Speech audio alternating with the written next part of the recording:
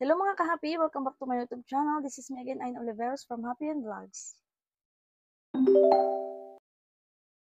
At ang video natin ngayon is about kay Nikki Live. Ituturo ko naman sa inyo kung paano nga ba mag-withdraw dito kay Nikki Live application. So ano nga ba yung minimum na kailangan natin para maka-withdraw dito kay Nikki Live? So tulad dyan sa ibang application, kailangan may maipon ka na 100,000 beans or $10. Ang 10,000 beans dito kay Nikki Live is equivalent to $1. Kaya kung may 100,000 beans ka na, is $10 na po yan, pwede mo na siyang withdrawin. At paano nga ba mag-withdraw dito kay Nikki Live? So, ayan na nga, kapag may minimum of $10 ka na, i-click mo lang yan.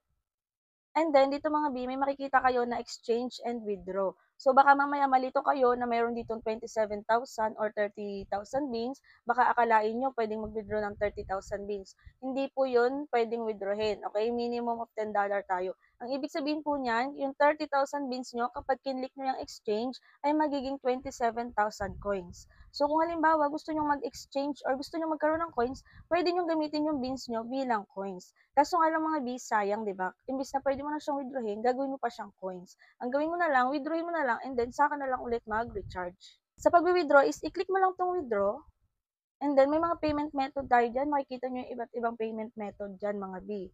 So sa akin, ang gagamitin ko is si GCash. So ilagay lang natin dito kung ilan yung gusto nating withdrawin na beans. Na pwede mo nang withdrawin yan lahat, pwede rin kung ilan lang yung gusto mo. And then meron po siyang transaction fee. So ayan, check nyo lang yung details ng inyong GCash account or kung ano yung gagamitin yung withdrawal method. And then, kung makikita nyo dito, 11:52 po tayo nag-withdraw. And then, hintayin lang natin na pumasok siya sa ating GCash account.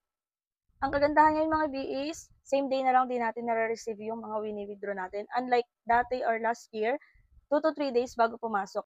Pero ngayon, same day na lang din, bali ilang minutes or ilang oras na lang is nasa GCash na natin yung ating winidraw.